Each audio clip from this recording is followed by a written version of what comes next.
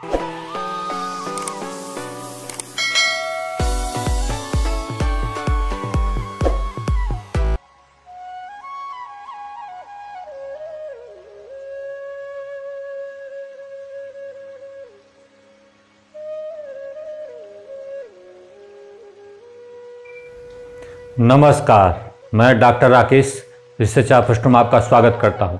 आज उपस्थित हूं एक नए विषय के साथ जिसका शीर्षक है अस्त ग्रह।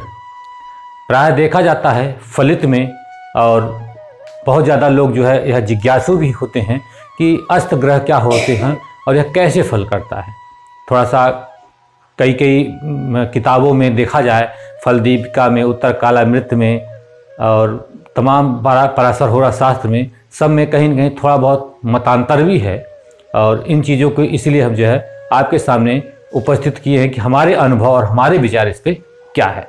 अस्त ग्रह का जो कॉन्सेप्ट है ये तो सभी किताबों में वही है कि अस्त ग्रह सूर्य से एक निकटतम दूरी पर जहाँ पर ग्रह अपना आभा खो देता है, उस समय उस अंश पर वह ग्रह अस्त ग्रह कहलाता है।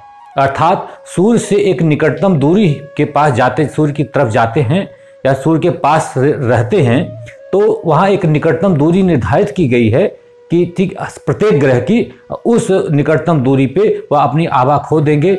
आभा खो देने का मतलब है, अस्त होने का मतलब है कि उसमें जो उनके बलों में, ठीक है, उनके कारकत्वों में क्षीणता आ जाएगी। ठीक, तो जैसे यहाँ पे चंद्रमा है, चंद्रमा सूर्य से 12 डिग्री नज़दीक, जैसे 12 डिग्री नज़दीक आएगा, ठीक है, आगे से या पीछे से जहाँ से भी आप समझे, जैसे 12 डिग्री नज़दीक आएगा, ठीक है, तो वैसे वह ग्रह चंद्रमा अस्त हो जाएगा।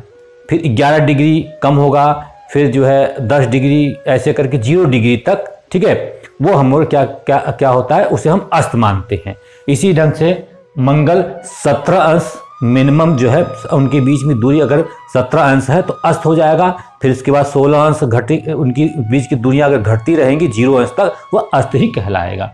बुध 14 अंश, गुरु 11 अंश, शुक्र 10 अंश और शनि 16 अंश।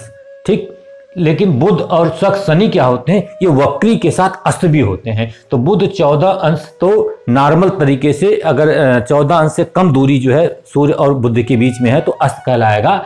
परंतु यदि बुध वक्री है तो वह 12 अंश से ही, 12 अंश पे ही, ठीक है, वह क्या कहलाएगा कि 14 अंश बना के और कम और नजदीक जाने के बाद वह अपनी आभा खोएगा, मीन्स 12 अंश तो वह अस्त कहलाएगा। इसलिए शुक्र जो है वक्री है तो 8 अंश पर मिनिमम दूरी से वह अस्त कहलाना शुरू कर जाएगा।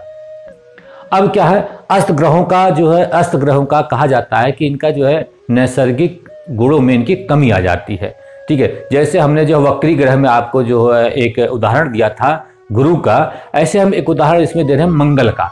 मान लीजिए कि व्यक्ति का जो है मंगल है, मंगल अस्त पड़ा हुआ है, तो यह कैसा प्रभाव देगा। वक्री होने पे क्या करते थे कि उसकी इंटेंसिटी सामान्य से ज़्यादा बढ़ जाती थी।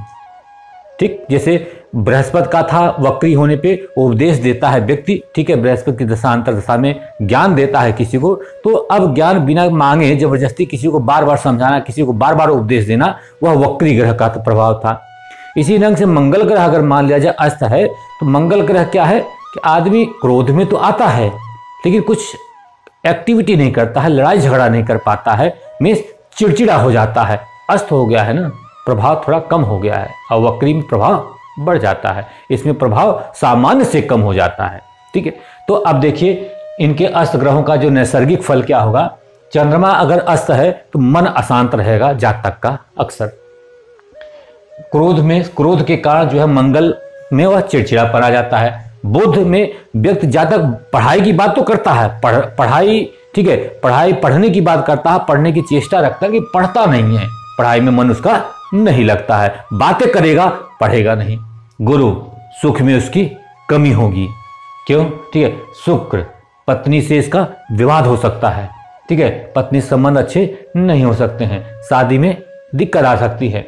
शनि कार्य क्षेत्र में कमी आ जाती है, ठीक है, कार्य क्षेत्र में या मन नहीं लगना, आलस ज़्यादा आ जाना, या कार्य क्षेत्र से दूर रहना, ठीक है, विरक्त रहना, ठीक है, या कार्य क्षेत्र की कमी इनके पास जीवन में आती है। तो ये इसके जो है अस्त ग्रहों का नैसर्गिक फल है।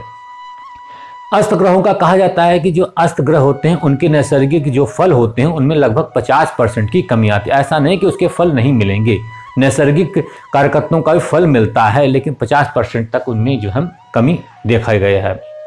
और जिन भावों के स्वामी होते हैं, अस्त ग्रह जिन भावों के स्वामी होते हैं उनमें भी कमी आ जाती है, वह भावों के फल देने में सक्षम नहीं होते हैं।